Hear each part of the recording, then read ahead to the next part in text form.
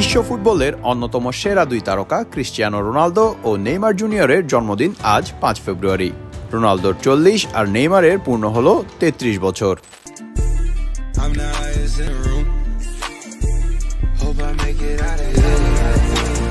১৯৮৫ সালের এই দিনে পর্তুগালের মাদেরিয়াতে জন্মগ্রহণ করেন রোনালদো। পুরো নাম ক্রিস্টিয়ানো রোনালদো দস সান্তোস অ্যাভেইরো।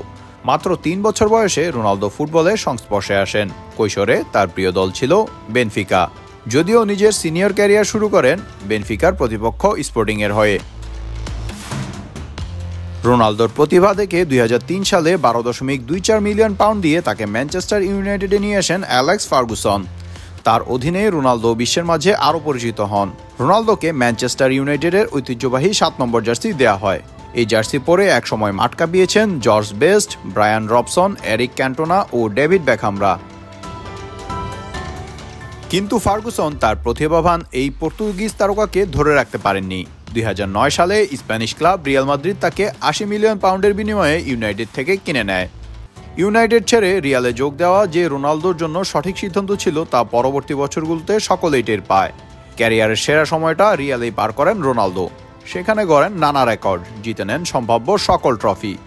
লিওনেল মেসির পর সর্বোচ্চ ব্যালন ডিওর পুরস্কার জিতেছেন পর্তুগালের এই মহাতারকা। রিয়াল ছেড়ে জুভেন্টাস, এরপর আবারও ম্যানচেস্টার ইউনাইটেড।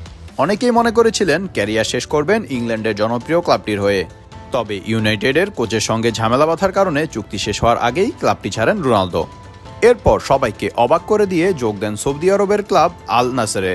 সেখানে আলো ছড়িয়ে যাচ্ছেন তিনি। বিশেষজ্ঞদের অনেকের মতে রোনালদোর বর্তমানে সময়ের অন্যতম সেরা খেলোয়াড় এবং তিনি সর্বকালের সেরা ফুটবলারদেরও একজন।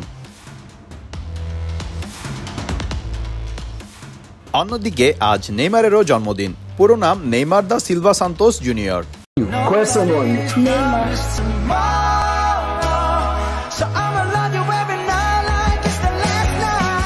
বিষয়টি কাকতালীয়, তবে ভক্তদের কাছে মজারই। এই দুই তারকা ফুটবলারের জন্মদিন ৫ ফেব্রুয়ারি। ১৯৯২ সালে ব্রাজিলের মগিডাস ক্রজেসে জন্ম নেইমারের। শৈশবেই নাম লেখান সান্তোসে। এরপর সময় যত গেছে হয়েছেন পরিপক্ক। ২০১৩ সালে পছন্দের ক্লাব বার্সেলোনাতে যোগ দেন তিনি।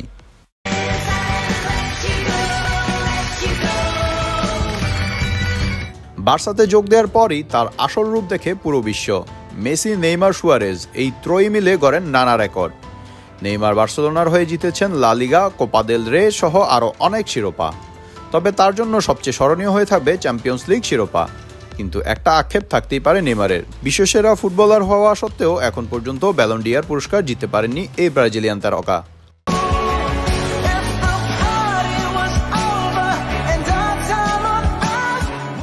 ২০১৭ সালের রেকর্ড ট্রান্সফার ফিতে বার্সেলোনা ছেড়ে পিএসজিতে যোগ দেন নেইমার।